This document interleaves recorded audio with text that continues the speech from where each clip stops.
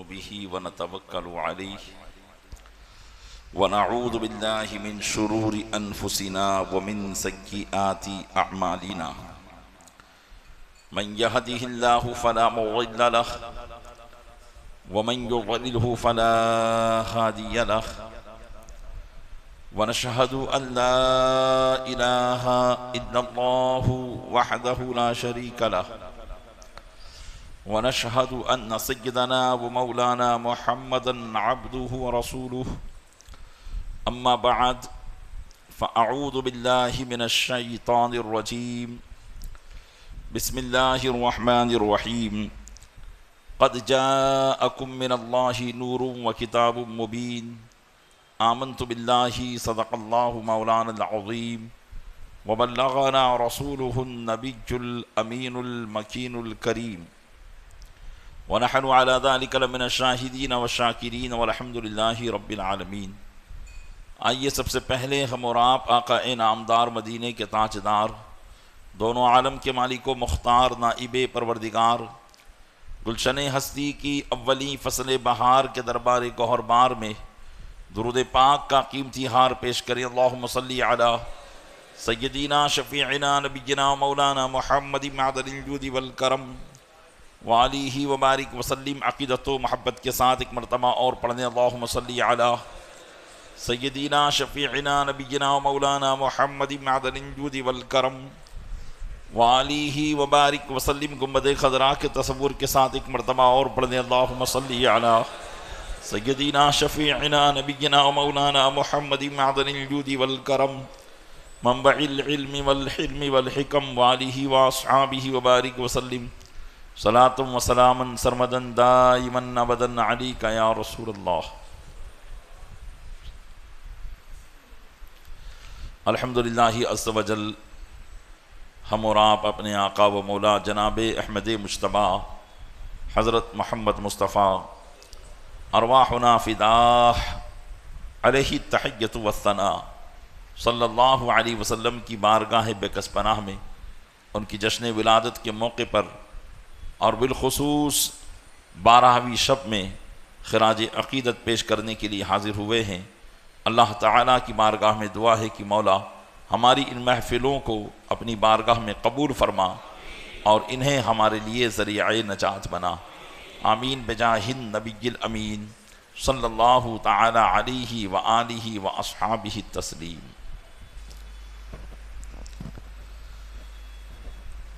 نبی رحمت شفیع امت صلی اللہ تعالی علیہ وسلم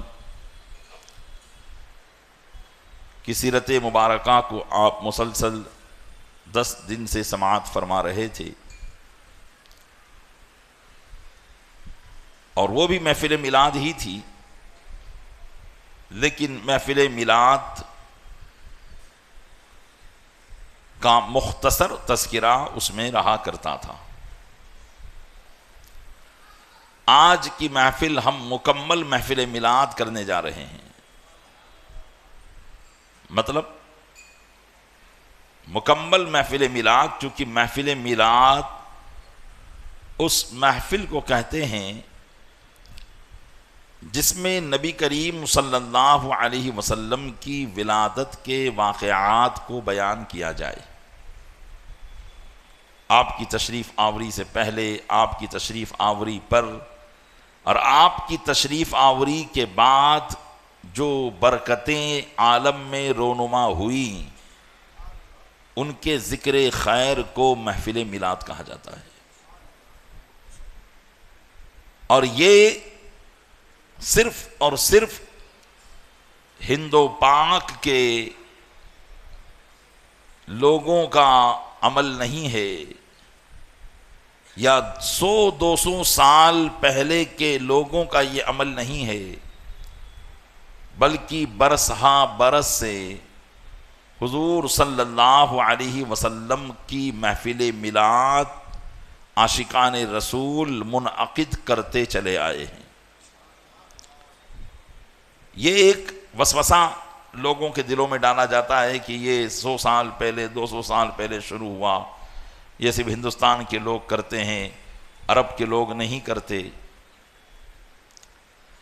بلکہ اگر حقیقی نظر سے دیکھا جائے تو اصل محفل میلاد عرب کے لوگ ہی کرتے ہیں،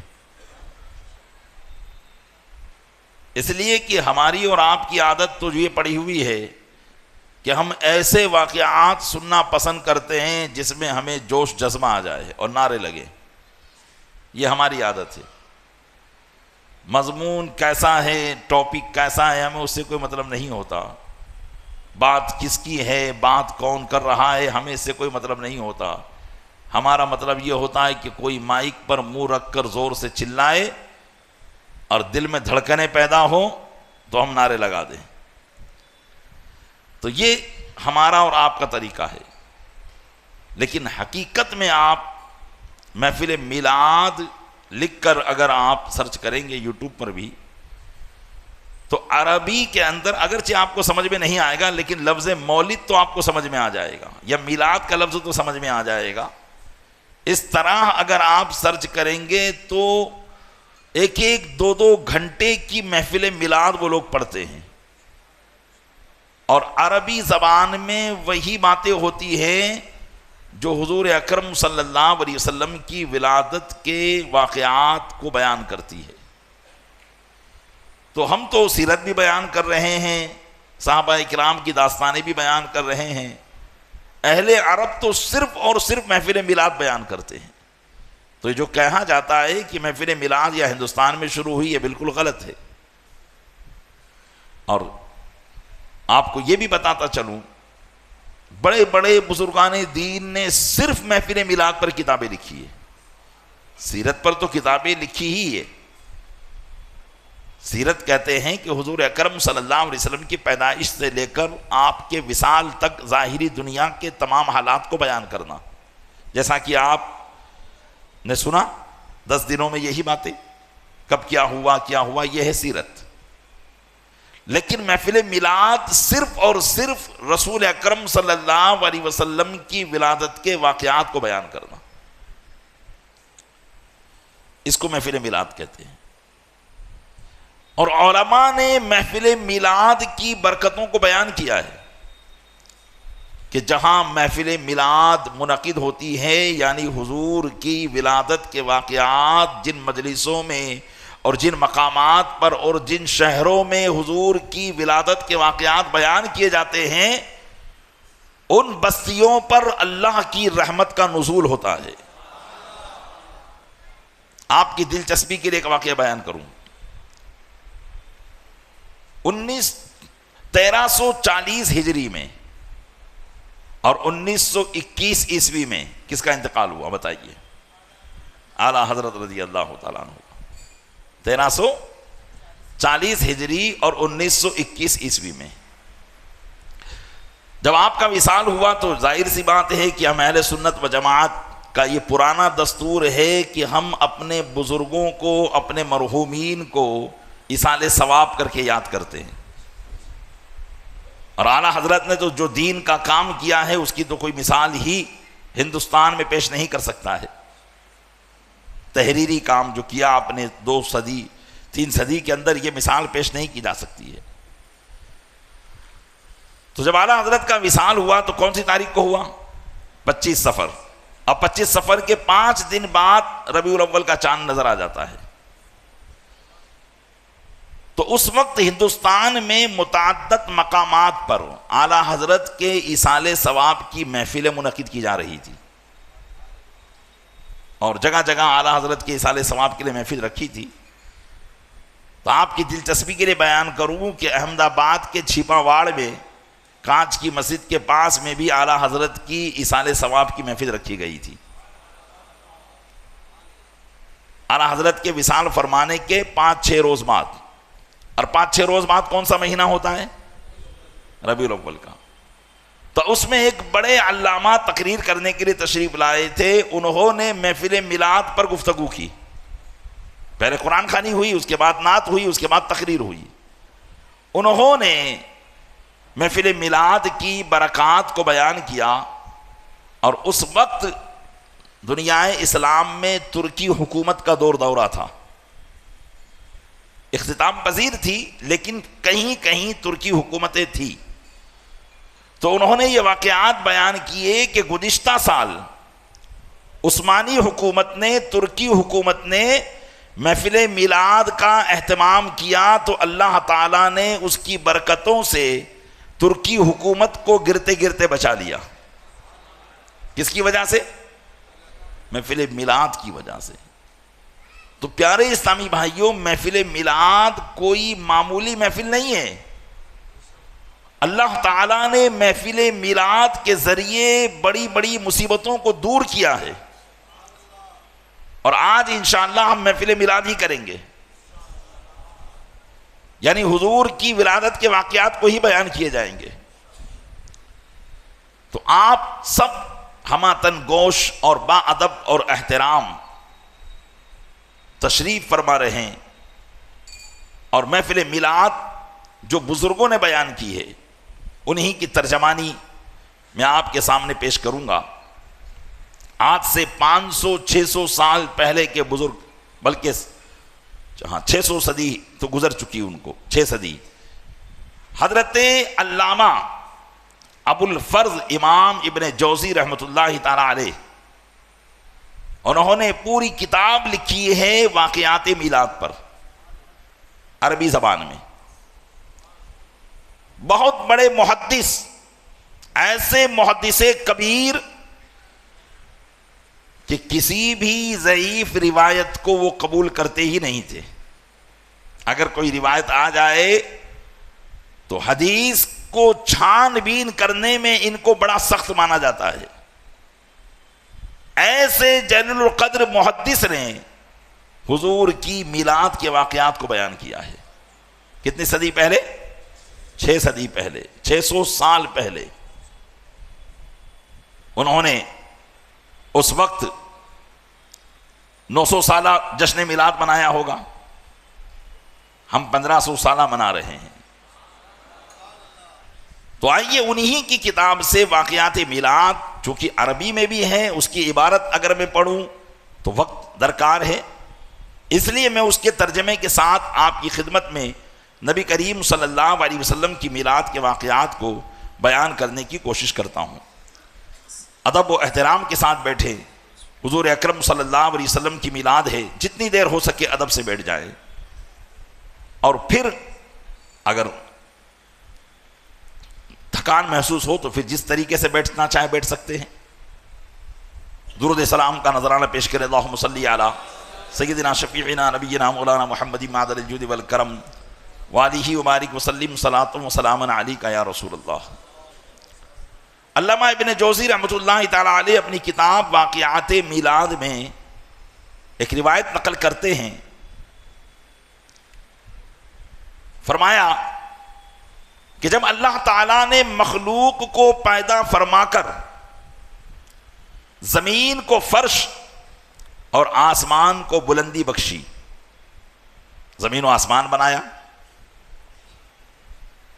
تو اللہ نے اپنے پرتوے نور جمال سے، یعنی اپنے نور سے ایک مٹھی نور لیا۔ اب اس کی مٹھی، علماء فرماتے ہیں کہ جب اللہ کے لیے اس طریقے کے الفاظ استعمال حدیث میں کیے جائیں تو جو ظاہر ہے وہ مراد نہیں ہوتا، اور جو مراد ہو وہ ظاہر نہیں ہوتا ہے۔ اس لیے ہم اس کا ترجمہ یوں کرتے ہیں کہ اللہ نے اپنی شان کے لائق، اب یہاں مٹھی سے مراد جو ہم مٹھی بھیجتے ہیں اور کوئی چیز لے لیتے ہیں یہ مراد نہیں ہے، یہ اللہ کے ایسے کلام سے ہے جس کو سمجھنے کی طاقت بشر میں نہیں ہے، اللہ جانے اور اس کے محبوب صلی اللہ علیہ وسلم جانے۔ تو اللہ تعالیٰ نے اپنے پرتوے نور جمال سے ایک مٹھی نور لے کر فرمایا کن محمدا، اے نور محمد ہو جا۔ تو وہ مشت نور ستون بن کر، یعنی نور کا ستون جیسے کھمبا، فرماتے ہیں کہ وہ مشت نور یعنی وہ مٹھی بھر نور جو اللہ عز و جل کے قبضے قدرت میں تھا، وہ اتنا بلند ہوا کہ حجاب عظمت تک پہنچ گیا۔ پھر اس نور نے سجدہ کیا اور الحمدللہ کہا۔ اس پر اللہ تبارک و تعالیٰ نے فرمایا اے نور، اسی وجہ سے میں نے تجھے پیدا کیا اور تیرا نام محمد رکھا ہے صلی اللہ علیہ وسلم، لہذا تجھی سے مخلوق کی ابتدا کرتا ہوں اور تجھی پر رسولوں کو ختم کرتا ہوں۔ تم ہی اول بھی ہو، تم ہی آخر بھی ہو، هو الاول والآخر والظاہر والباطن، وہی اول وہی آخر وہی ظاہر وہی باطن۔ تو تم ہی اول بھی ہو اور تم ہی پر رسولوں کو ختم کرتا ہوں۔ اس کے بعد اللہ تعالیٰ نے ہمارے نبی سید عالم صلی اللہ علیہ وسلم کے نور کو 4 حصوں میں تقسیم فرما دیا۔ چنانچہ پہلی قسم سے لوح کو پیدا کیا، لوح محفوظ جس پر ساری کائنات کی باتیں لکھی ہوئی ہے۔ دوسرے حصے سے قلم پیدا کیا، جس قلم سے اللہ نے لوح محفوظ پر لکھا۔ اور تیسرے حصے سے پہلے حصے سے لوح کو، دوسرے سے قلم پیدا فرمایا، اور پھر قلم کو پیدا کرنے کے بعد حکم دیا اکتب یا قلم، اے قلم لکھ۔ جب اللہ نے یہ حکم دیا کہ ایک قلم لکھ، تو 1000 سال تک قلم ہیبت الہی سے کانپتا رہا، 1000 سال تک۔ پھر قلم نے عرض کی ما اکتب یا رب، اے رب میں کیا لکھوں؟ فرمانے باری ہوا میری توحید لکھ۔ تو قلم نے لکھا لا الہ الا اللہ محمد الرسول اللہ، اللہ کی توحید کے ساتھ اپنے محبوب کی رسالت کا بھی تذکرہ کر دیا۔ چنانچہ قلم نے لکھا، پھر اس نے علم الہی کی ہدایت سے اس کی مخلوق کو لکھا، جتنی بھی مخلوق پیدا ہونے والی تھی، اللہ نے جو جو چیزیں اسے بتائی اس نے لکھا۔ چنانچہ حضرت آدم علیہ السلام کی نسل اور اولاد کے بارے میں لکھا۔ کیا لکھا؟ یہ فیصلہ لکھا کہ حضرت آدم علیہ السلام کی اولاد میں سے اللہ کی جس نے اطاعت کی اللہ اسے جنت میں داخل کرے گا، اور جس نے اللہ کی نافرمانی کی اللہ اسے جہنم رسید فرمائے گا۔ یہ حضرت آدم علیہ السلام کی امت کے بارے میں لکھا۔ حضرت نوح علیہ السلام کی امت کے بارے میں لکھا، جس نے خدا کی فرمانبرداری کی اسے جنت میں داخل کرے گا، جس نے اس کی نافرمانی کی اسے جہنم رسید کرے گا۔ حضرت ابراہیم علیہ السلام کی امت کے بارے میں لکھا، جس نے اللہ کی اطاعت کی اسے جنت میں داخل کرے گا، جس نے اس کی نافرمانی کی اسے جہنم میں داخل کرے گا۔ اسی طرح وہ انبیاء کرام کی امت کے بارے میں لکھتا رہا۔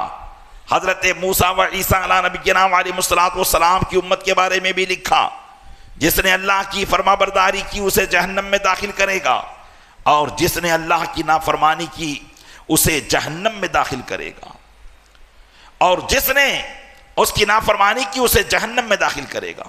جب سارے انبیاء کرام کی امت کے بارے میں قلم لکھتا رہا، اللہ نے ایک اصول بیان کر دیا تھا کہ جو فرمانبرداری کرے اسے جنت میں، جو نافرمانی کرے اسے جہنم میں۔ قلم لکھتا چلا گیا، تمام انبیاء کی امت کا تذکرہ اس نے لکھا، فیصلہ لکھا، اور لکھتے لکھتے حضور صلی اللہ علیہ وسلم کی امت کے بارے میں بھی وہ لکھنے لگا۔ چنانچہ اس نے اسی اصول کے تحت، اسی قانون کے تحت لکھا کہ امت محمد کو اللہ پیدا فرمائے گا، جو اللہ کی اطاعت کرے گا اللہ اسے جنت میں داخل کرے گا، اور جو اللہ کی نافرمانی کرے گا قلم یہ لکھنا چاہتا تھا کہ اسے جہنم میں داخل کرے گا، تو ملائے اعلیٰ سے یعنی اللہ تعالیٰ کی طرف سے آواز آئی اے قلم ادب کر۔ وہ قانون نہیں ہے، اب وہ قانون نہیں ہے کہ جس نے اللہ کی اطاعت کی وہ جنت میں جائے گا، یہ قانون تو ہے، لیکن اب دوسرا قانون امت محمد کے لیے کچھ اور ہے۔ آئی نئی حکومت، سکہ نیا چلے گا، عالم میں رنگ بدلا صبح شب ولادت۔ اللہ نے فرمایا کہ قلم ادب کر، اللہ کی ہیبت سے قلم شق ہو گیا۔ آپ نے دیکھا ہوگا جو قلم روشنائی کا ہوتا ہے اس میں بیچ میں ایک کٹ ہوتی ہے، قلم شق ہو گیا اور دست قدرت سے اس پر قط لگ گیا، پھر لوح محفوظ میں روانی کے لیے اسے کھینچا گیا۔ اس کے بعد قلم نے عرض کیا کہ اے میرے پروردگار تو ہی بتا کہ میں کیا لکھوں؟ تو اللہ نے ارشاد فرمایا لکھ، امت گناہگار ہے لیکن رب بخشنہار ہے۔ محبوب کی امت تو گناہگار ہوگی لیکن رب عز و جل ان کے گناہوں کو معاف فرما دے گا۔ قانون بدل گیا، پہلے قانون کچھ اور تھے، اب قانون یہ ہے کہ محبوب دو عالم صلی اللہ علیہ وسلم کے صدقے میں گناہگاروں کی بخشش کر دی جائے گی۔ پیارے اسلامی بھائیوں غور کرے، حضور کی ولادت پر خوشی کا موقع مسلمانوں کے لیے گناہگاروں کے لیے نہیں ہوگا تو کون سا موقع ہوگا کہ جس موقع پر اللہ نے اپنے محبوب کی گناہگار امت کو محبوب کی ولادت کے ذریعے بخشش کا پروانہ سنا دیا ہے۔ اس سے بڑھ کر بھی کیا ہمارے لیے خوشی کا اور کوئی وقت ہو سکتا ہے؟ پھر حضرت آدم علیہ السلام کو پیدا کیا۔ جب حضرت آدم علیہ السلام کے اندر روح پھونکی تو انہوں نے آنکھیں کھول دی اور جنت کے دروازوں پر نظر ڈالی تو لکھا دیکھا لا الہ الا اللہ محمد رسول اللہ۔ اس پر حضرت آدم علیہ السلام نے عرض کیا کہ اے میرے رب، کیا تو نے ایسی مخلوق بھی پیدا کی ہے جو تیرے نزدیک مجھ سے زیادہ بھی اعظم ہو، بڑے مرتبے والی ہو؟ کیونکہ حضرت آدم کو تو اللہ نے اپنے دست قدرت سے پیدا کیا تھا، تو اس لیے ان کو یہ ہوا تو انہوں نے پوچھ لیا، فرمانے باری ہوا اے آدم وہ تیری ہی اولاد میں سے ہیں، لیکن سنو اگر وہ پیدا نہ ہوتے تو میں تجھے بھی پیدا نہ کرتا۔ پھر اللہ تبارک و تعالیٰ نے حضرت سیدتنا حوا رضی اللہ تعالیٰ عنہا کو پیدا کیا۔ حضرت آدم علیہ نبینا علیہ السلام میں شہوت کا جزو مرکب کیا گیا تو حضرت آدم نے عرض کیا اے رب یہ کیا ہے؟ فرمایا یہ میری بندی حوا ہے۔ حضرت آدم نے عرض کیا اے میرے رب اس سے میرا عقد فرما دے، نکاح فرما دے۔ تو حق نے فرمایا کہ اس کا مہر ادا کرو۔ حضرت آدم علیہ السلام نے عرض کیا کہ مولا اس کا مہر کیا ہے؟ تو حق نے فرمایا اس کا مہر یہ ہے کہ تم اس نام والے یعنی سید عالم صلی اللہ علیہ وسلم پر 10 مرتبہ درود شریف پڑھو۔ حضرت حوا کا مہر کیا قرار دیا گیا؟ درود پاک قرار دیا گیا۔ حضرت آدم علیہ نبینا علیہ السلام کی تخلیق ہو گئی اور پھر حضرت کعب احبار روایت کرتے ہیں کہ جب حضور اکرم صلی اللہ علیہ وسلم کی تخلیق کا عمل مشیت الہی میں آیا، اس لیے کہ اس سے پہلے آپ کو نوری شکل میں پیدا کیا گیا تھا، تو حضرت جبریل کو حکم دیا کہ جہاں آپ کی قبر انور ہے وہاں سے ایک سفید مٹی کو لائے، پھر اس مٹی کو جنت کی نہروں میں غوطہ دیا گیا، آسمان و زمین میں پھرایا گیا، جس سے تمام فرشتوں نے رسول اکرم صلی اللہ علیہ وسلم کی قدر و منزلت کو جان لیا۔ ابھی حضرت آدم کو بھی معلوم نہ تھا اور نہ ان کی نسل کو۔ اس کے بعد اللہ تعالیٰ نے ہمارے نبی کریم صلی اللہ علیہ وسلم کے نور مبارک کو اپنی عظمت کے اسرار میں بطور خزانہ رکھا اور آپ کا اسم مبارک اپنے عرش پر لکھا۔ پھر جب حضرت آدم علیہ السلام کو پیدا کیا تو اس نور مبارک کو ان کی پشت میں ودیعت فرما دیا، حضرت آدم کی پشت میں رکھ دیا اس نور کو۔ حضرت آدم علیہ السلام اکثر اپنی پیٹھ سے پرندوں کی چہچہانے کے مثل آواز سنا کرتے تھے، تو حضرت آدم علیہ السلام نے عرض کیا کہ مولا یہ آواز کیسی ہے؟ اللہ تعالیٰ نے ارشاد فرمایا کہ اس خاتم النبیین کی تسبیح کی آواز ہے جو تمہاری پشت سے ظاہر ہوں گے، میں اسے اسلاب طاہرہ اور عاشائے ظاہرہ میں ودیعت رکھوں گا، یعنی پاک باپوں کی پشت سے پاک ماؤں کے رحم میں اسے منتقل کروں گا۔ اس کے بعد حضرت آدم علیہ السلام نے عرش الہی پر نظر اٹھائی تو نام نامی اس میں گرامی محمد صلی اللہ علیہ وسلم کو اللہ کے نام کے ساتھ لکھا دیکھا۔ پھر پوچھا یہ کون ہیں جن کے نام کو تو نے اپنے نام کے ساتھ ملا رکھا ہے؟ تو فرمایا کہ تمہاری نسل سے ہیں، اے آدم اگر وہ نہ ہوتے تو میں تمہیں بھی پیدا نہ کرتا۔ پھر حضرت آدم علیہ السلام بتقاض الہی بمشیت الہی زمین پر تشریف لائے اور گریہ وزاری کی، 300 سال کے عرصے تک خطائے استحادی کی معافی طلب کرتے رہے، لیکن اللہ عز و جل نے حضرت آدم کی طرف توجہ نہ کی۔ حضرت آدم کو یاد آیا کہ اللہ کے کسی محبوب کا وسیلہ پیش کیا جائے، چنانچہ دیکھا کہ جس کا نام عرش پر بھی لکھا ہو، اللہ کے نام کے ساتھ جنت کے پتوں پتوں پر لکھا ہو اللہ کے نام کے ساتھ، اس سے بڑھ کر اللہ کا محبوب کون ہوگا؟ تو حضور کے وسیلے سے حضرت آدم علیہ السلام نے دعا کی، عرض کیا پاک ہے وہ ذات کریم جس نے حضرت آدم کو حضور اکرم کے وسیلے سے برگزیدہ اور مقبول بنایا، اور اللہ کی بارگاہ میں ان کا وسیلہ پیش کیا تو اللہ نے حضرت آدم کی خطائے استحادی کو معاف فرما دیا۔ پھر حضرت آدم علیہ السلام کی پشت میں یہ نور نبی مکرم ہمیشہ رہا، اور پھر انسانی نسل کا سلسلہ شروع ہوا۔ حضرت آدم علیہ نبینا علیہ الصلوۃ والسلام اور حضرت حوا کے یہاں جب بھی بچے کی پیدائش ہوتی تو ایک لڑکا اور ایک لڑکی ایک ساتھ پیدا ہوتے، لیکن جب نور نبی مکرم صلی اللہ علیہ وسلم کے حضرت آدم کی پشت سے حضرت حوا کے شکم میں منتقل ہونے کی باری آئی تو صرف حضرت شیس علیہ السلام پیدا ہوئے، ان کے ساتھ کوئی اور لڑکی پیدا نہ ہوئی۔ حضور اکرم صلی اللہ علیہ وسلم کی عظمت اور قدر و منزلت کی وجہ سے حضرت شیس علیہ السلام کی پشت میں نبی کریم صلی اللہ علیہ وسلم کا نور حضرت آدم سے منتقل کر دیا گیا حضرت حوا کے ذریعے۔ حضرت شیس علیہ السلام کا ہاتھ پکڑ کر حضرت آدم علیہ السلام نے اس وقت فرمایا جب آپ کو آپ کی وفات کا یقین ہو گیا تھا، فرمایا اے میرے فرزند، مجھے اللہ تعالیٰ نے حکم فرمایا کہ میں اس نور مبارک کے بارے میں تم سے وعدہ لوں جو تمہاری پیشانی سعادت میں جلوہ گر ہے، اگر تم اسے کسی پاکیزہ ترین عورت کی طرف منتقل کرنا، پہلے تم اسے کسی پاکیزہ عورت کی شکم کی طرف منتقل کرنا، یہ عہد ان سے لیا کہ تم کسی پاکیزہ عورت سے شادی کرنا، یہ نور اس کے شکم میں منتقل ہو۔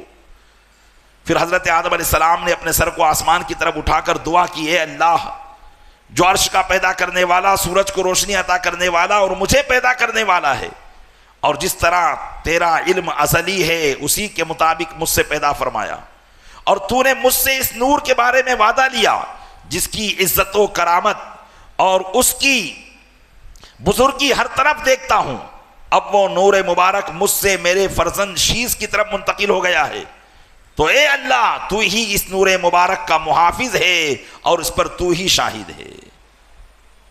حضرت آدم علیہ السلام نے یہ دعا کی اور دعا سے فارغ ہوئے تو حضرت جبریل فرشتوں کی جماعت کے ساتھ زمین پر تشریف لائے اور حضرت آدم سے کہا کہ آدم اللہ تعالیٰ تم پر سلام بھیجتا ہے اور ارشاد فرماتا ہے کہ آپ حضرت شیس کو ان فرشتوں کی گواہی کے ساتھ ایک عہد نامہ تحریر فرما دے، کیونکہ یہ فرشتے آسمان کے عبادت گزار بندے ہیں۔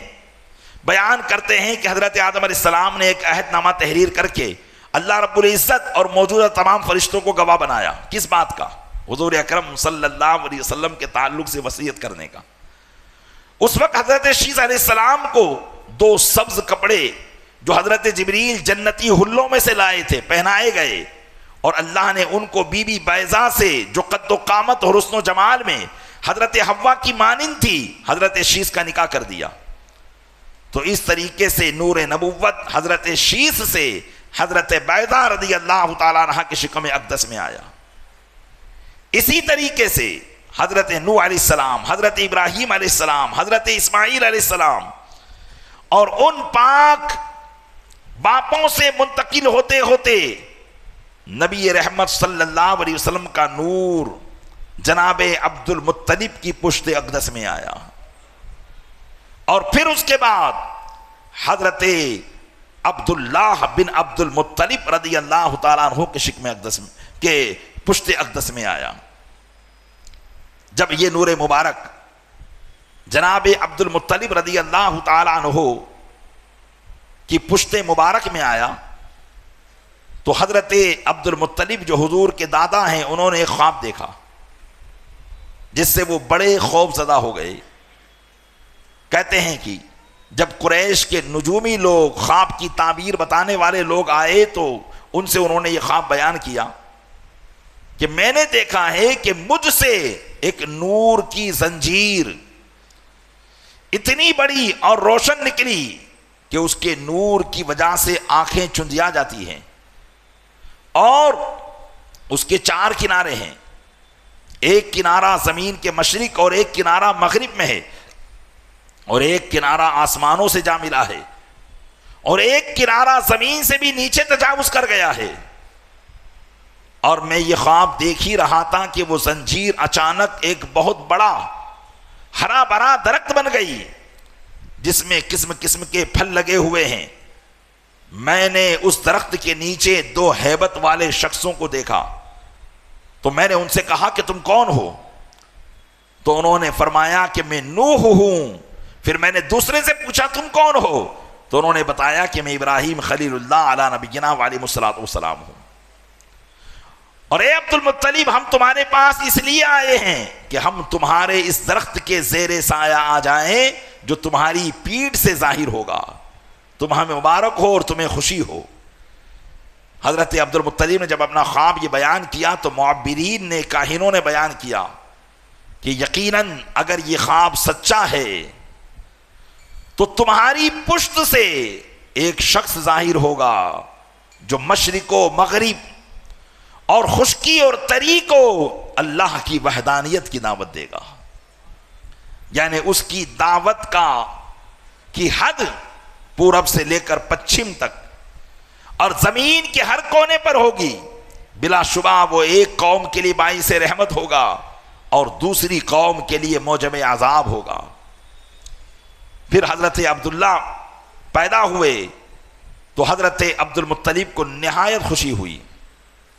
چنانچہ بیان کیا جاتا ہے کہ حضرت عبداللہ جو نبی کریم صلی اللہ علیہ وسلم کے والد ماجد ہیں، جب وہ نوجوان ہو گئے اور سنِ بلوغت کو پہنچے تو قریش کے بڑے بڑے سرداروں کی بیٹیاں،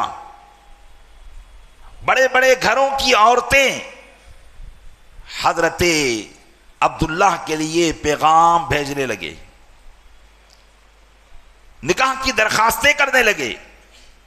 یہاں تک کہ ہر گھر میں عورتوں کے مابین انہی کا تذکرہ تھا، اس لیے کہ حضرت عبداللہ کی پیشانی مبارک میں نور محمد چمک رہا تھا. اس لیے قریش کی گھر کی ہر دوشیزہ یہی چاہتی تھی کہ یہ نور مبارک حضرت عبداللہ سے ہمیں ودیعت کر دیا جائے.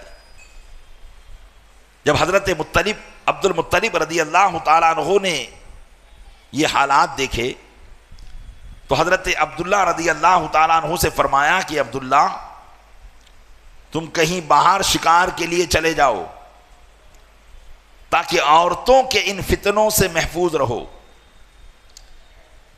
تو حضرت عبداللہ رضی اللہ تعالیٰ عنہ حضرت وہب زہری کے ساتھ شکار کے لیے بہت دور چلے گئے. حضرت وہب کہتے ہیں کہ ہم جنگل میں شکار کو تلاش کر رہے تھے کہ اچانک میں نے دیکھا کہ 70 یہودی تلوار سوتے ہوئے نمودار ہو گئے تو حضرت وہب کہتے ہیں کہ میں نے ان سے دریافت کیا کہ آخرکار تمہارا مقصد کیا ہے؟ تو وہ یہودی بولے کہ ہم عبداللہ کو قتل کرنا چاہتے ہیں۔ تو حضرت وہب کہتے ہیں میں نے پوچھا کہ عبداللہ کا کیا قصور ہے؟ تو کہنے لگے کہ ان کا کوئی قصور نہیں ہے، لیکن ان کی پشت میں ایک ایسا نبی ہے جو ظاہر ہوگا، جس کا دین تمام دینوں کو منسوخ کر دے گا اور جس کی ملت تمام ملتوں کو ختم کر دینے والی ہوگی۔ لہذا ہم چاہتے ہیں کہ سرے سے عبداللہ کا نام و نشان مٹا ڈالیں تاکہ اس نور کا ظہور نہ ہو۔ چنانچہ حضرت وہب بیان کرتے ہیں کہ ابھی میں ان یہودیوں سے بات ہی کر رہا تھا کہ اچانک آسمان سے ایک لشکر نمودار ہوا اور اس لشکر نے ان تمام یہودیوں کو قتل کر ڈالا۔ اللہ کی مشیت کو کوئی روک سکتا ہے؟ جن کے صدقے میں کائنات کو بنایا گیا ان کے آنے کو کوئی روک سکتا ہے؟ اس لیے ان تمام یہودیوں کو ختم کر ڈالا۔ اس کے بعد حضرت عبداللہ اور ان کے ساتھ حضرت وہب واپس اپنے گھر پر لوٹ آئے تو حضرت وہب نے حضرت عبد المطلب رضی اللہ تعالیٰ عنہ کو جنگل کا پورا واقعہ تفصیل سے سنایا۔ تو اس پر حضرت عبد المطلب نے کہا کہ اے وہب، مجھے بکثرت لوگوں کے پیغام آئے ہیں کہ میں عبداللہ کا نکاح ان کی لڑکیوں سے کر دوں، لیکن میں جان نہیں سکا کہ ان کا نکاح کس کے ساتھ کروں۔ تو حضرت وہب نے کہا اے مکہ کے سردار اور اے کعبہ کے متولی، اگر آپ کہیں تو میری بھی ایک بیٹی ہے جس کا نام آمنہ ہے،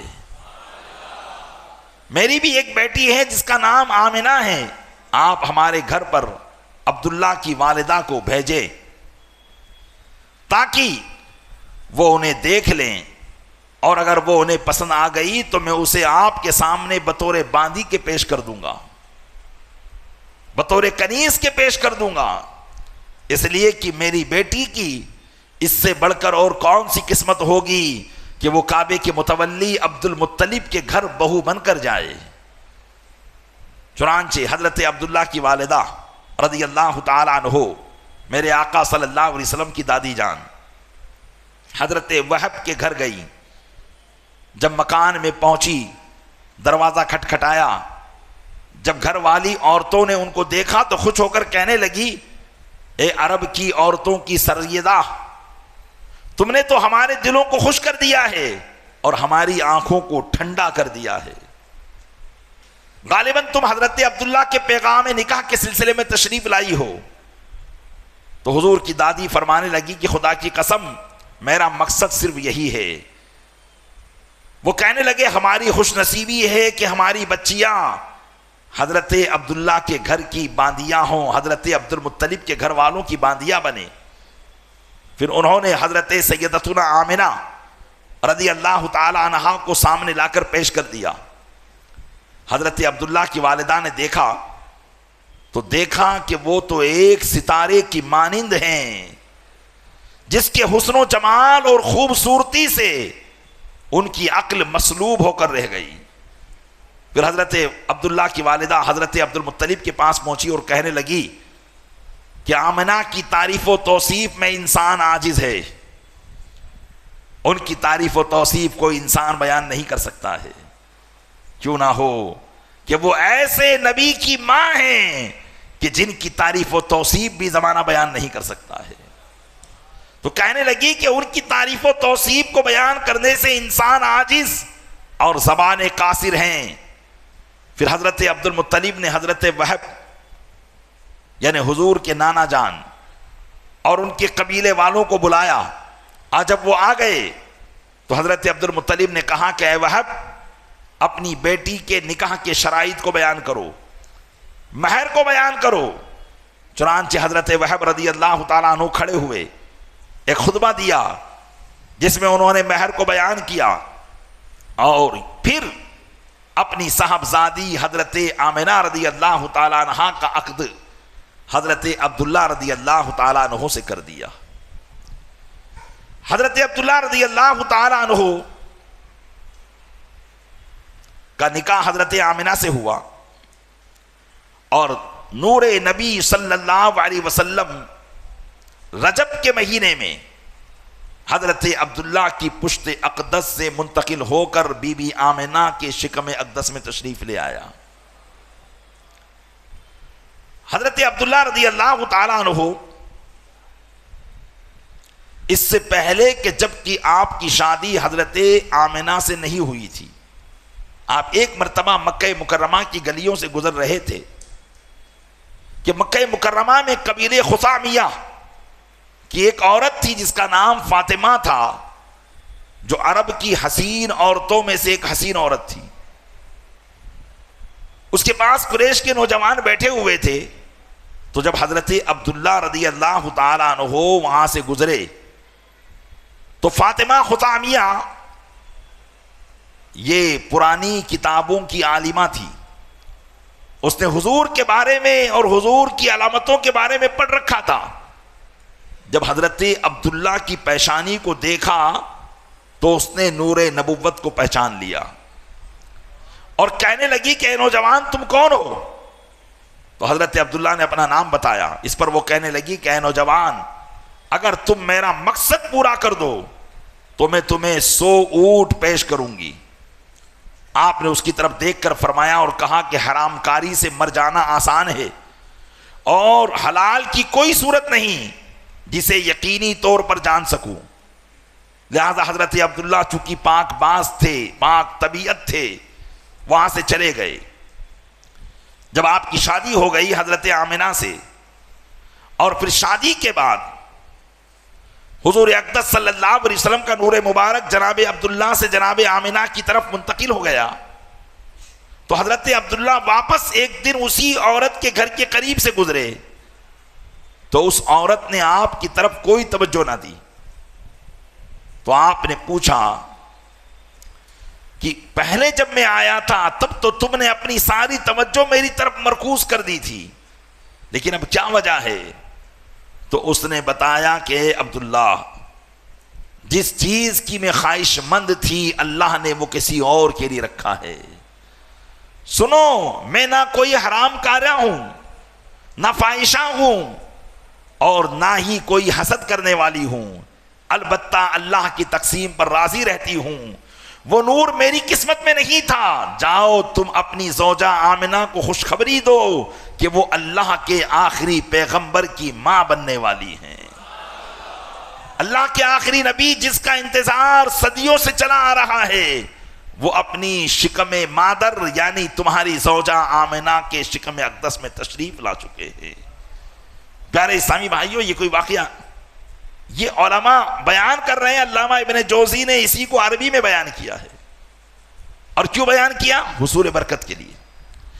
اسی کو میلاد کہا جاتا ہے۔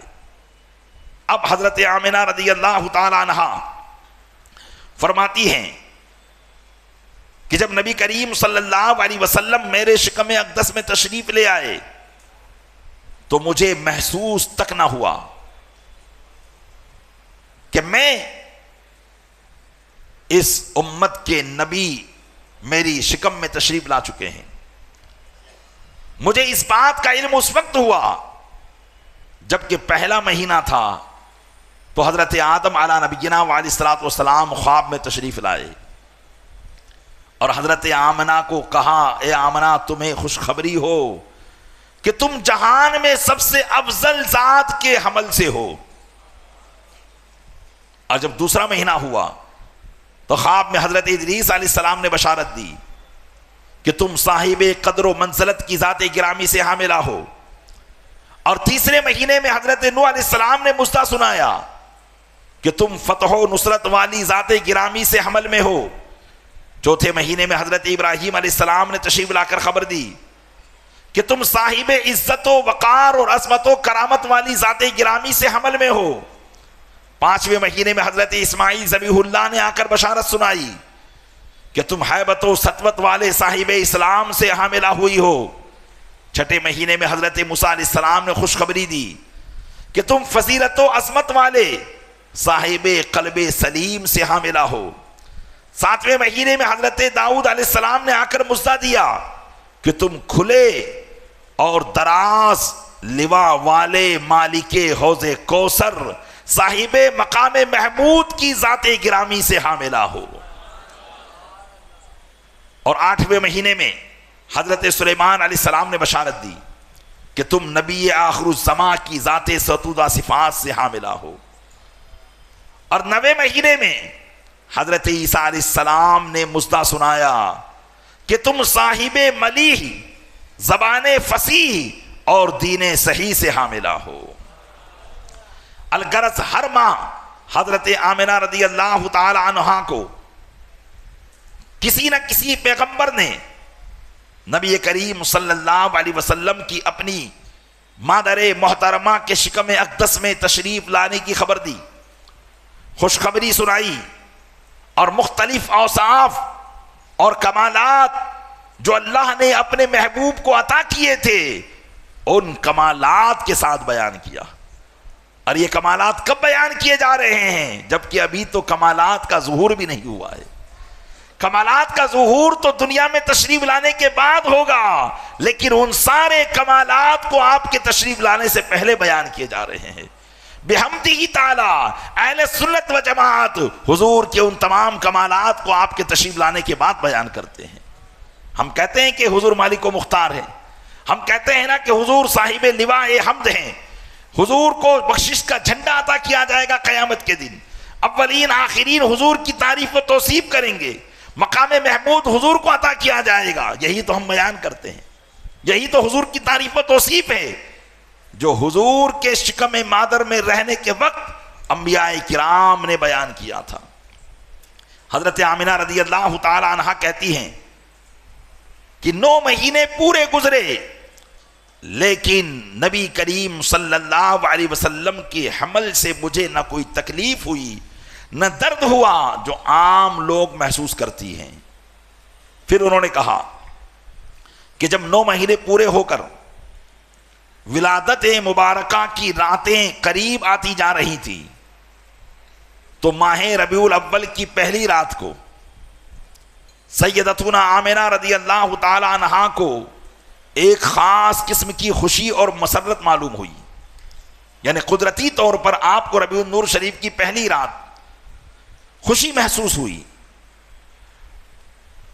تو کہتی ہیں اور دوسری رات میں آرزو اور تمنا پوری ہونے کی بشارت دی گئی، اور تیسری رات میں صاف اوپر فرشتوں کی تسبیحوں کی آواز کو سنا، یعنی حضرت آمنہ رضی اللہ تعالی عنہا آسمانوں سے فرشتوں کی تسبیحات کو سن رہی تھی، اور چوتھی رات میں انہیں اپنی سعادت و خوشبختی ظاہر ہوئی، پانچویں رات میں دائمی خوشی و مسرت معلوم ہوئی، اور اس وقت نہ کمزوری رہی نہ سستی، اور چھٹی رات میں ان سے تھکان، مشقت اور تکلیف جاتی رہی۔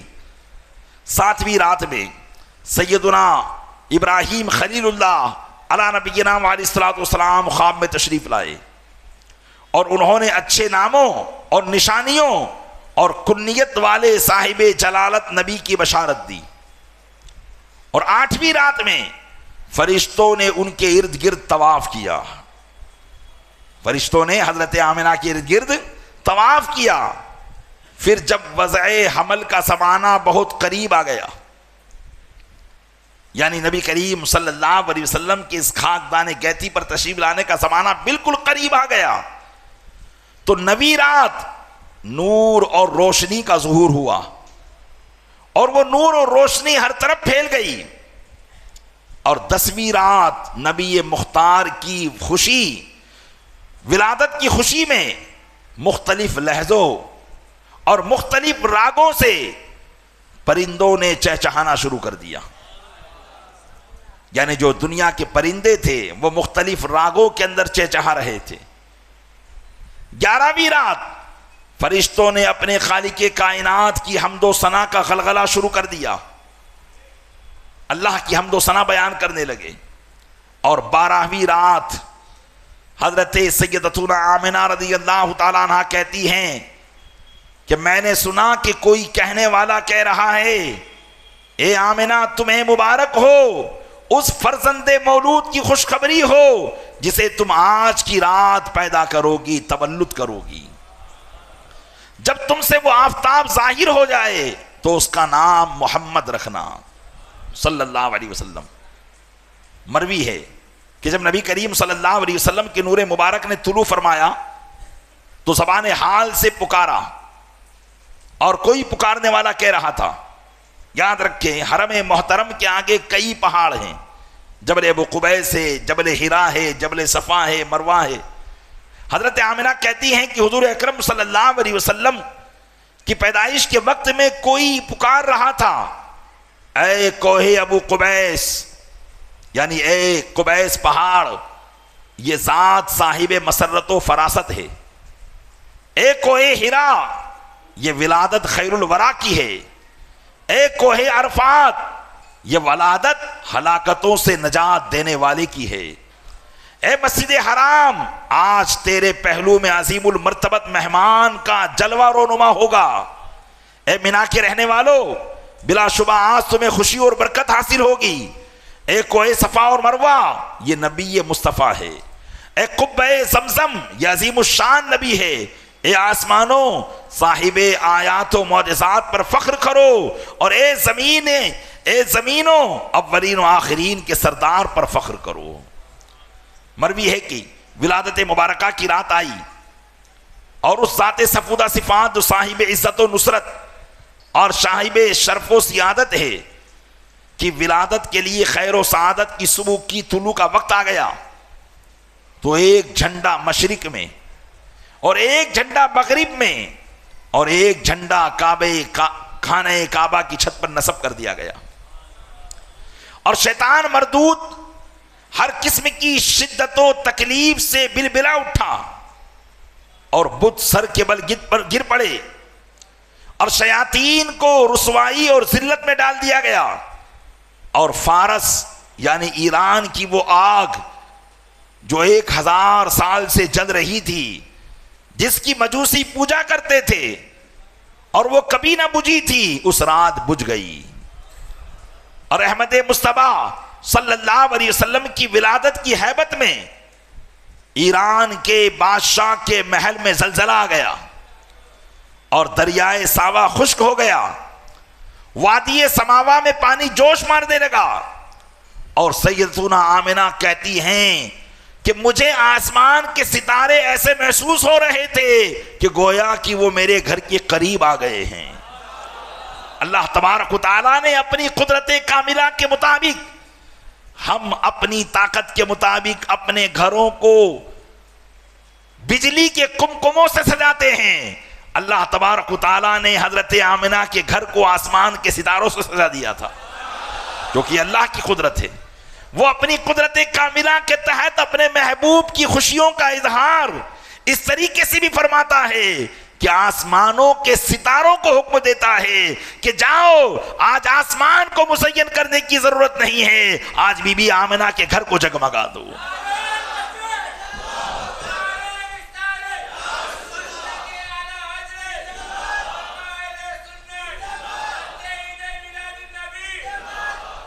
اور حی قیوم اللہ تعالیٰ نے انہیں وضع حمل پر مطلع فرمایا۔ پھر جب سید آمنہ رضی اللہ تعالیٰ عنہ کو درد زہ معلوم ہوا، یعنی وہ درد جو پیدائش کے وقت ہوتا ہے، تو اس وقت ان کے پاس کوئی دوسرا شخص جو واقف ہو وہاں موجود نہ تھا۔ حضرت آمنہ رضی اللہ تعالیٰ عنہ نے اپنے ہاتھ کو اللہ کی بارگاہ میں پھیلا دیا اور کہنے لگی کہ میرے پاس بنی عبد مناف میں سے کوئی اس وقت عورت نہیں ہے۔ کہتی ہیں ابھی میں نے دعا ختم بھی نہ کی تھی کہ میرا گھر حسیر و جمیل، طویل القامت، کالے بال اور سرخ گالوں والی عورتوں سے بھر گیا، اور وہ میری بلائیں لینے لگی اور کہنے لگی اے آمنہ کوئی فکر و غم نہ کرو، ہم جنتی حوریں ہیں، ہمیں اللہ تعالیٰ نے اس مولود مبارک سے برکت لینے کے لیے جسے تم اس رات تولد کرو گی تمہارے پاس بھیجا ہے۔ سیدتنا آمنہ فرماتی ہیں کہ پھر میرے سامنے ایک عظیم پرندہ، یعنی ایک بہت بڑا پرندہ نمودار ہوا، اور ایک نرم و نازک جوان کی صورت اختیار کر گیا، یعنی ایک نوجوان کی صورت اس نے اختیار کر لی. اس کے ہاتھ میں دودھ سے زیادہ سفید، شہد سے زیادہ میٹھا اور مشک سے زیادہ خوشبودار ایک شربت سے بھرا ہوا پیالہ تھا. اس نے وہ پیالہ مجھے پینے کو دیا اور کہا کہ پی لو. میں نے اسے پی لیا. پھر اس نے مجھ سے کہا اور پیو، تو میں نے خوب سیر ہو کر پیا. پھر اس نے کہا اور پیو، میں نے اور پیا. پھر اس نے اپنا ہاتھ نکال کر میرے شکم پر پھیر کر کہا اے سید المرسلین ظہور فرمائیے، اے خاتم النبیین جلوہ افروز ہو جائیے، اے رحمت للعالمین قدم رنجا فرمائیے، اے نبی اللہ رونق افروز ہو جائیے، اے رسول اللہ تشریف لائیے، اے خیر الخلق تشریف لا کر عالم کو منور فرما دیجئے، اے نور من نور اللہ جلوہ افروز ہو جائیے، بسم اللہ اے محمد بن عبداللہ تشریف لائیے. پھر حضور اکرم 14ویں رات کے مانند چمکتے ہوئے جہان میں رونق افروز ہو گئے. الصلاۃ والسلام علیک یا رسول اللہ، الصلاۃ والسلام علیک یا حبیب اللہ، الصلاۃ والسلام علیک یا نبی اللہ وعلی آلک واصحابک یا نور اللہ.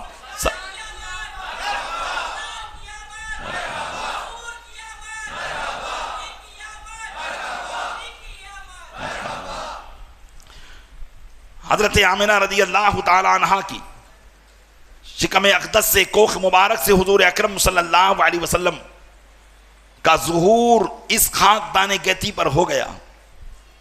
حضرت عبداللہ بن عباس رضی اللہ تعالی عنہما فرماتے ہیں کہ اللہ تبارک و تعالی نے حضور اکرم سے زیادہ مکرم یعنی عزت اور عظمت والا نہ کوئی پیدا کیا ہے اور نہ کوئی پیدا فرمائے گا. اور پھر فرماتے ہیں کہ حضور اکرم صلی اللہ علیہ وسلم کی ولادت مبارک ہوئی تو انداز یہ تھا کہ پیدا ہوتے ہی آپ اپنے رب کی بارگاہ میں سجدہ ریز ہو گئے. سرکار دو عالم صلی اللہ علیہ وسلم کے دستے مبارک ایسے تھے گویا کہ کوئی سجدہ کر رہا ہے. مختون پیدا ہوئے اور آنکھیں گویا کہ یوں محسوس ہو رہی تھی جیسے قدرت نے اپنے دست قدرت سے سرما لگایا ہو. روایتوں میں آتا ہے کہ جب نبی کریم صلی اللہ علیہ وسلم پیدا ہوئے، حضرت آمنہ رضی اللہ تعالی عنہ کہتی ہیں کہ میں نے محسوس کیا کہ میرے گھر سے مشرق و مغرب یعنی پورب سے پچھم تک جہاں تک میں نے نظر کی وہاں تک روشنی ہی روشنی نظر آئی. اور حضرت شفا کہتی ہے فَأَضَاءَ لِي مَا بَيْنَ الْمَشْرِقِ وَالْمَغْرِبِ حَتَّى نَظَرْتُ إِلَى بَعْضِ قُصُورِ الشَّامِ، کہ اس نور مجسب کے ظاہر ہونے سے میرے سامنے پورب اور پچھم میں روشنی پھیل گئی، یہاں تک کہ میں نے شام کے محلات کو دیکھ لیا. حضرت آمنہ کے گھر سے شام کے محلات کو دیکھا. اور فرماتی ہیں کہ پھر حضرت شفا کہتی ہیں کہ میں لیٹ گئی تو اندھیرا چھا گیا اور ان پر رعب اور کپکپی طاری ہو گئی، اور میرے دائیں جانب سے روشنی ہوئی تو میں نے کسی کہنے والے کو سنا، وہ پوچھ رہا تھا اینا ذہبت بہ، کہ اس بچے کو تم کہاں لے گئے تھے؟ جواب ملا کہ میں انہیں پورب کی سیر کرانے لے گیا تھا. پھر وہی اندھیرا چھا گیا اور روب و کپکپی مجھ پر طاری ہوئی. پھر میری بائیں جانب سے روشنی ہوئی، میں نے سنا کوئی پوچھ رہا تھا کہ تم اسے کہاں لے گئے تھے؟ تو انہوں نے کہا کہ ہم اسے پچھم کی سیر کرانے لے گئے تھے، اب دوبارہ نہیں لے جاؤں گا. حضرت شفا کہتی ہیں کہ میں نے حضور کی ولادت کے وقت جو واقعات دیکھے تھے یہ بات میرے دل میں کھٹکتے رہے، یہاں تک کہ جب حضور کی عمر 40 سال کی ہوئی اور آپ نے نبوت کا دعویٰ کیا تو میں نے جان لیا کہ وہ ساری برکتیں اس نبوت کی تھی. کیونکہ حضرت شفا رضی اللہ تعالیٰ عنہ یہ حضرت عبد الرحمن بن عوف کی والدہ ہیں، اور یہ وہ خاتون ہیں کہ جن خاتون کو بھی حضور کو دودھ پلانے کا شرف حاصل ہوا ہے. چنانچہ حضرت عبد المطلب اس وقت خانہ کعبہ کا طواف کر رہے تھے. آپ نے دیکھا کہ کعبہ حضور اکرم صلی اللہ علیہ وسلم جس گھر میں پیدا ہوئے تھے اس گھر کی طرف جھکا چلا جا رہا ہے، اور بت اوندھے منہ گرے پڑے ہوئے ہیں، کیونکہ کعبہ شریف کے اندر حضور کے فتح مکہ سے پہلے 360 بت نصب تھے. تو بت نصب تھے وہ سارے کے سارے زمین پر منہ کے بل پڑے ہوئے ہیں. حضرت عبد المطلب رضی اللہ تعالیٰ عنہ جب گھر گئے تو پتا چلا کہ ان کے بیٹے عبداللہ جو انتقال کر چکے ہیں وہاں بیٹا پیدا ہوا ہے. حضرت عبد المطلب رضی اللہ تعالیٰ عنہ نے حضور اکرم صلی اللہ علیہ وسلم کو اپنی گود میں لیا اور کعبۃ اللہ شریف میں لے کر آئے اور برجستہ یہ اشعار حضور کی تعریف میں کہے اور اللہ کا شکر ادا کیا. الحمدللہ الذی آتانی ھذا الغلام الطیب الارضانی. سب تعریف اللہ کے لیے جس نے مجھے پاک آستینوں والا یہ بچہ عطا فرمایا ہے. قد ساد فی المہد علی الغلمان عیدہ بالبیت ذی الارکان. یہ اپنے جھولے میں بھی سارے بچوں کا سردار ہے. میں اسے بیت اللہ شریف کی پناہ میں دیتا ہوں. حتی اراہ بالغ البنیان اعیدہ من شر ذی شنعان من حاسد مستریب العیان. یہاں تک کہ میں اس کو طاقتور اور توانا دیکھوں، میں اس کو ہر دشمن اور ہر حاسد اور آنکھوں کے گھمانے والوں کے شر سے اللہ کی پناہ میں دیتا ہوں. حضرت حسان بن ثابت رضی اللہ تعالیٰ عنہ فرماتے ہیں ان کی عمر 120 سال کی ہوئی. 60 سال زمانے کفر میں گزرے اور 60 سال زمانے اسلام میں گزرے، اور یہ مدینہ منورہ کے رہنے والے تھے. کہتے ہیں ایک دن میں جب کہ میری عمر 8 سال کی تھی اور حافظہ میرا اتنا مضبوط تھا کہ جو چیز دیکھتا تھا اسے یاد رکھتا تھا.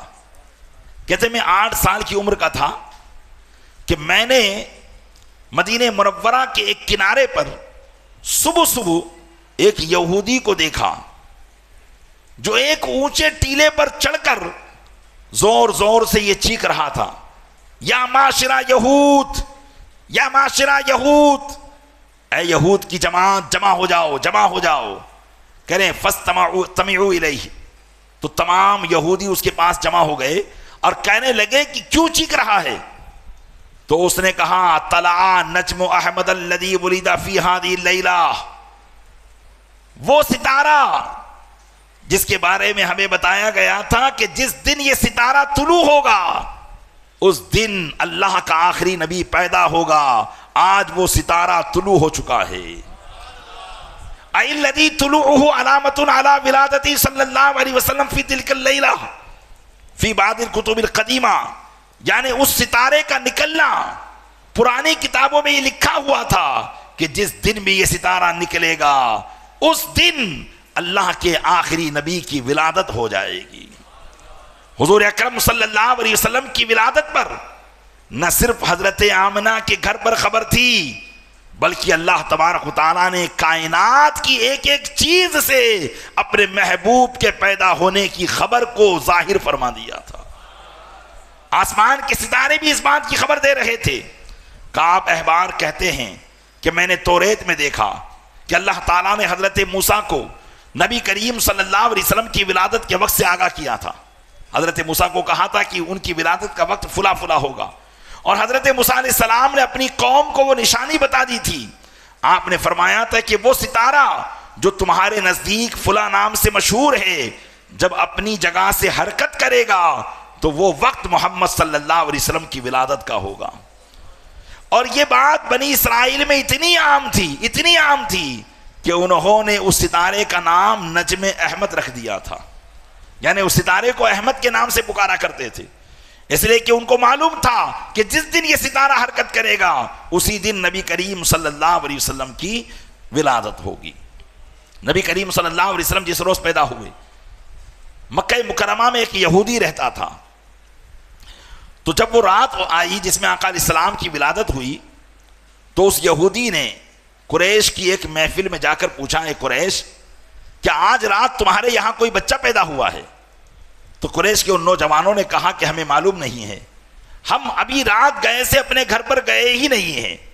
تو اس یہودی نے کہا جا کر معلوم کرو اپنی عورتوں سے کہ کسی کے یہاں کوئی بچہ پیدا ہوا ہے، اگر کوئی بچہ پیدا ہو تو مجھے بلاؤ. چنانچہ وہ نوجوان اپنے اپنے گھروں پر گئے تو پتا چلا کہ ہاں بی بی آمنہ کے یہاں در یتیم محمد صلی اللہ علیہ وسلم کی ولادت ہوئی ہے۔ چنانچہ اس یہودی کو بلایا گیا۔ جب وہ یہودی آیا اور اس نے حضور اکرم صلی اللہ علیہ وسلم کے پشت اقدس سے چادر ہٹائی تو ختم نبوت کی مہر وہاں پر موجود تھی۔ یہودی دیکھ کر بے ہوش ہو گیا، اور جب ہوش آیا تو کہنے لگا اے قریش تم کو مبارک ہو کہ اللہ نے بنی اسرائیل سے نبوت کو منتقل کر کے تمہارے خاندان میں ڈال دیا ہے۔ پیارے اسلامی بھائیو، غور کرتے چلے جائیں اللہ اپنے محبوب کی ولادت کی علامتوں کو کیسے کیسے ظاہر فرما رہا ہے۔ حضور اکرم صلی اللہ علیہ وسلم کی جب ولادت ہوئی تو حضرت عبد المطلب فرماتے ہیں کہ میں اس رات کعبے میں تھا اور میں نے بتوں کو دیکھا کہ سارے بت اپنی اپنی جگہ سے سربا سجود ہو کر الٹے گرے پڑے ہیں، اور دیوار کعبہ سے یہ آواز آ رہی ہے ولد المصطفیٰ والمختار الذی تہلک بیدہ الکفار ویطہر من عبادہ الاصنام ویأمر بعبادۃ الملک العلام۔ کعبے کی دیواروں سے یہ آواز آ رہی تھی کہ مصطفیٰ اور مختار پیدا ہو گئے ہیں، اس کے ہاتھوں سے کفار ہلاک ہوں گے اور کعبہ بتوں کی عبادت سے پاک ہو جائے گا، اور وہ اللہ کی عبادت کا حکم دے گا جو حقیقی بادشاہ ہے، سب کچھ جاننے والا۔ چنانچہ حضور اکرم صلی اللہ علیہ وسلم کی ولادت پر در و دیوار بھی حضور کی ولادت کا ذکر کر رہے ہیں، کعبہ بھی حضور کی ولادت کا ذکر کر رہا ہے، آسمان کے تارے بھی خوشیاں منا رہے ہیں، آسمان کے فرشتوں میں ایک خوشی کی لہر ہے، حوران جنت بھی حضرت آمنہ کے گھر پر تشریف لا رہی ہیں۔ کیوں؟ اس لیے کہ حضور کی برکتوں کو حاصل کر لیا جائے، اللہ کی خوشی کو حاصل کر لیا جائے، اس لیے کہ آج اللہ اسی سے خوش ہوگا جو حضور کی ولادت سے خوش ہوگا۔ اس لیے سارے لوگ تو حضور کی ولادت پر خوشی منا رہے تھے، چرند پرند ایک دوسرے کو مبارکباد پیش کر رہے تھے، جانور کے جنگل کے جانور ایک دوسرے کو مبارکباد پیش کر رہے تھے، فرشتے ایک دوسرے کو کہہ رہے تھے مبارک ہو، اللہ کا محبوب تشریف لے آیا ہے، مقصود کائنات تشریف لے آیا ہے، وہ ذات تشریف لے آئی ہے جس کے صدقے میں اللہ نے ساری کائنات کو بنایا ہے۔ گرد کی کائنات کا ذرہ ذرہ خوشی منا رہا تھا، لیکن اس دن باختہ اور جو ہے پریشان ہو کر اپنے سر پر اگر کوئی مٹی ڈال رہا تھا تو وہ ابلیس تھا، جو چیخ رہا تھا، چلا رہا تھا اور کہہ رہا تھا ہائے اب وہ ذات پیدا ہو گئی ہے جو اللہ کی بارگاہ میں بخشش کا دروازہ کھول کر گناہگاروں کو جنت میں داخل فرما دے گی۔ اب وہ ذات پیدا ہو گئی ہے جس کے صدقے میں اللہ تبارک و تعالی زمین کو ہمارے شر سے محفوظ فرما دے گا، اور وہ ذات پیدا ہو گئی ہے جس کے آنے کی وجہ سے اب ہمارا آسمان پر جانا روک دیا جائے گا۔ پتہ چلا کہ ہر ایک تو خوشی منا رہے تھے، اس دن تکلیف میں کوئی پڑا تھا تو وہ ابلیس تھا۔ اس لیے کہا مفتی احمد یار خان نعیمی نے نثار تیری چہل پہل پر ہزاروں عید ربیع الاول سوائے ابلیس کے جہاں میں سبھی تو خوشیاں منا رہے ہیں۔ یا رسول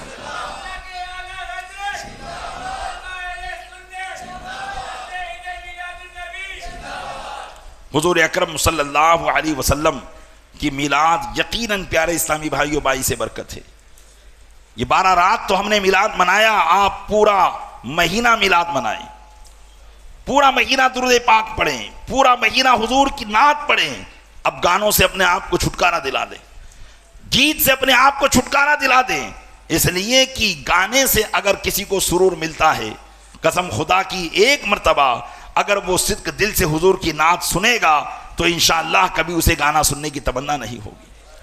آج توبہ کرے حضور کے 1500 سالہ اس جشن ولادت میں کہ اللہ تبارک و تعالی آج تک ہم نے جتنی بھی فلمیں، ڈرامے، گانے، پکچریں یا دیکھی ہیں، سنی ہیں، اے اللہ تبارک و تعالی ان سب گناہوں کو معاف فرما دے، اور اب نیت کریں کہ انشاءاللہ آئندہ ان تمام خرافاتوں سے بچیں گے اور صرف اپنے آقا کے ترانے گائیں گے، اپنے آقا کی نعتیں سنیں گے۔ انشاءاللہ تبارک و تعالی نعت سننے کی عادت اور نعت پڑھنے کی عادت اگر دنیا میں رہی تو قیامت کے دن بھی آپ حضور کی نعت پڑھتے رہیں گے، آپ حضور کی نعت پڑھتے رہیں گے۔ آپ شعر پڑھتے ہیں نا مصطفیٰ جان رحمت پہ لاکھوں سلام، اس میں اعلیٰ حضرت نے آخر میں فرمایا چونکہ سارے انبیاء سارے فرشتے اس دن حضور کی تعریف کریں گے، حضور کی تعریف کریں گے، آگے پیچھے ہوں گے سب حضور کی تعریف کر رہے ہوں گے، اس لیے کہ جان رہے ہوں گے کہ خدا کی رضا چاہتا ہے دو عالم، خدا چاہتا ہے رضائے محمد۔ آج محمد کی خوشنودی سے اللہ کی خوشی ہے، اس لیے سب حضور کو خوش کرنے میں لگے ہوں گے۔ تو اعلیٰ حضرت نے کہا کاش محشر میں جب ان کی آمد ہو اور میدان محشر میں حضور کی تشریف آوری ہو اور تمام انبیاء مرسلین ان کی نعت پڑھ رہے ہوں، ان کی تعریف کر رہے ہو۔ اعلیٰ حضرت تمنا کر رہے ہیں کاش محشر میں جب ان کی آمد ہو اور بھیجے سب ان کی شوکت پہ لاکھوں سلام، ان کی عظمت و مرتبت پر سب لاکھوں سلام بھیج رہے ہوں، اور حضور کی بارگاہ میں جو خدمت کے فرشتے ہوں وہ مجھ سے کہے، مجھ سے خدمت کی قدسی کہیں ہاں رضا، مصطفیٰ جان رحمت پہ لاکھوں سلام، یعنی وہ خدمت کے فرشتے مجھ سے کہے اے رضا تم دنیا کے اندر جو مصطفیٰ جان رحمت پہ لاکھوں سلام پڑھتے تھے آج بھی حضور کو یہ پڑھ کر سنا دو۔ تو پیارے اسلامی بھائیوں، کیا عجب کہ حضور کی بارگاہ میں یہ مزدحجہ فضا ملے اور تعریف کرنے کا موقع وہاں پر مل جائے۔ ہماری زبانیں حضور کی تعریف کے لیے اگر وہاں نغمہ فگن ہوگی تو انشاءاللہ تبارک و تعالیٰ قیامت کا سارا کھٹکا ہی ختم ہو جائے گا، سارا خوف ختم ہو جائے گا، اور انشاءاللہ اللہ نے چاہا تو حضور کے صدقے میں جنت میں اللہ ان کا پڑوس عطا فرمائے گا۔ اس لیے پیارے اسلامی بھائیوں، خوب جشن میلاد منائے، اپنے گھروں میں منائے، ایک واقعہ حضور کی ولادت کا سنیں اور ایک نعت پڑھے، پورا مہینہ بلکہ ہو سکے تو پورا سال منائے۔ جیسا کہ آپ نے ابتدائی تقریر میں سنا کہ جشن میلاد جب منائی جاتی ہے اللہ تعالیٰ میلاد مبارک کے صدقے میں مصیبتوں کو دور کر دیتا ہے، لہذا یہ بزرگوں کا پسندیدہ اور آزمودہ عمل ہے، اس پر بھی کوشش کر کے دیکھ لیجیے۔ اللہ تعالیٰ اپنے محبوب صلی اللہ علیہ وسلم کے صدقے میں ہمیں صحیح معنوں میں جشن میلاد منانے کا جذبہ عطا فرمائے، طریقہ عطا فرمائے۔ آمین بجاہ النبی الامین صلی اللہ تعالیٰ علیہ وسلم۔